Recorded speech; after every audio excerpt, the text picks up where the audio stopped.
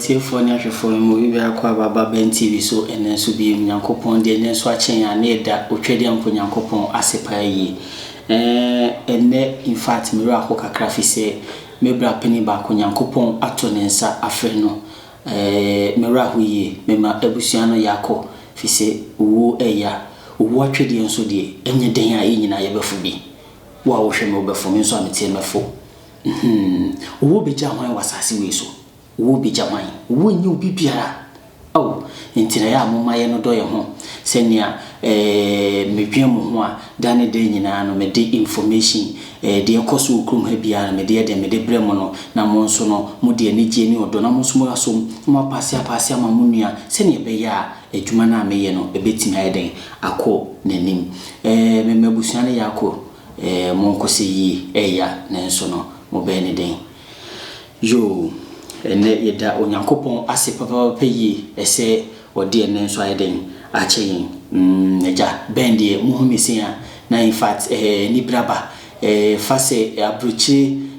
pepes ne abruchi nyoma enko na yeden ye kire wa han sin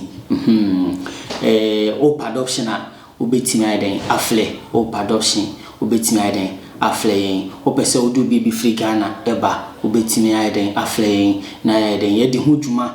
kama ayeden ama ope birth set me paucho obetimi ayeden afle ope Ghana passport eno nso obetimi afle opese okorenew opese oye eno nso no obetimi ayeden afle ebeye ni nyina ho adwuma ayeden ama fefefe kama ama wonso onsa etimi ayeden aka wode so okrum ha na se bibi hia wa wode efle fatu yenim se betimi aboa nko ande a hala ebede ebeboa fe me pacho diedi kan se diedi kan se onya adwumada e wo Spain hanim sin se onya adwumada na so pese o apply for passport me pacho obetimi akwa apply for passport obi ebusa me se obaye no acheyi nenso no onye adwumada yeah asemo edi odi e pawo bankara boa hwe oti amzi para so onye adwumada dia na se dia odi takum no oni boss no edi no ochema oso ne de onye adwumada ade se onkoti sala e wo seguridad social onkoti sala ade se onye adwuma so da na afina nimle no ayeden aso 10 years no osi asokra manapa ho na isanse onye adwuma denti no ama na dwan ne na ontimi hu se obetimi ayi process na na se obetimi apply for passport na se ontimi ai me pacho obetimi apply for passport no enye big problem kra se unkoti sala nunca has trabajado nunca has hecho nada nunca has firmado un contrato de trabajo me pacho don't worry obetimi apply for passport in the say emeno aso na pa ho kwan de a obetimi ayeden akwa apply nemu de entimi enye possible ne say ebia wonya 9 years na ka 1 year na 10 years na so no wode be de wode ba akotum ene de na say wasem kra manka na meboa ende ka wan fantum kra keye ene de obetimi ma ne dem a twwa so ene kwa so ye mfa ma ontimi nya ho hwe enso sanity sister bi fleme o se Ben me pese kamede me maame eden eba na me ana mache passport tin pese kamede me maame eden eba fi se ebusuan no me ni pa me eden me hwe me maame me ni obi o hwe me maame ama me fi se me ba abrochi no aka me maame nko a tin pese mbusa se meeting de na ba na ai mi sister obetime de o maame eden aba de hiane se obeye reagrupación familiar eno na obedin obeyama no so far as akuta passport ne de obetimi ede o maame ayeden aba na questions a on bebusa wane se ede na kire se maame no o depend wo so ana se ede na kire se maame no wo na wo hwe no enti a wo pese wo de maame ne ba ebi enua no modoso na wo nipa ba kope o so pese wo de maame ba brochire aden dodo na aka ne hwan ne hwe maame no sa no mbobusa se hwan ene hwe maame no enti ho no ene so chese oh me maame de sebe oni obi a mia na neja me hwe me maame nkakran sa na be de me jano ntimi jano we oni obi a bosu bia nso no me send ni sika receipt no eni me ye MoneyGram me ye money transfer den e ma me maame receipt ni eno saa de utimi de receipt ni kire na unya proof bisa de ba de a omo be ma kwan amoa de akwakofa o maame de aba no so de aba be ka onsa e wo ha nim sin enti no so wo send o maame sika keep receipt no se ne be ya wo she process na se a obetimi anaso mo busa wa obetimi de de akọ o hyase na se empo no unim hawa obe na o de oflemi a metimi aden aboa wo enyoma bi ho enti na me wa ha nim sin sa mumunti na me wa ha yi o munti na me bre se bi ewiase enye de ye fenko ba bia da kope na enyina ye den yekọ enti no mumma ye no do ye ho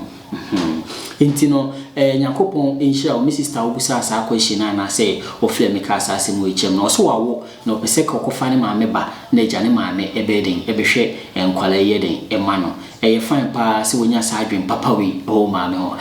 in fact ebimu ni nyansa pa Nyankopon enhia wate na me enhia pa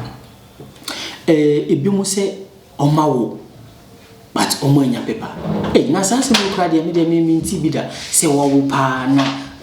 obi ka se onya paper na no wo infa spin hanim se na wo ye go se spin ha na wo dia wo se utiminya paper nti ba ne sen no wo na wo nya paper ase we die ano de nkakra ana se me de eye me nwanwa because ye obi bi wo ha ye fe no arrigo familiar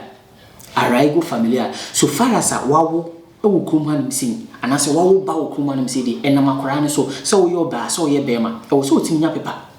enti ba ne sen na wawo krum hanim sin na omuntimi nye arrigo familiar ema asem we de menye de menti ase because wo krum hanim sin e ma ne kire se wo ye maami wo ye papa na so oni paper oni nkrata e wo se otimi de enya paper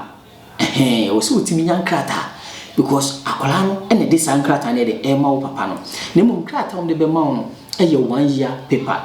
eye 1 year paper enti sa 1 year paper no so se de ma won so na se obi ka so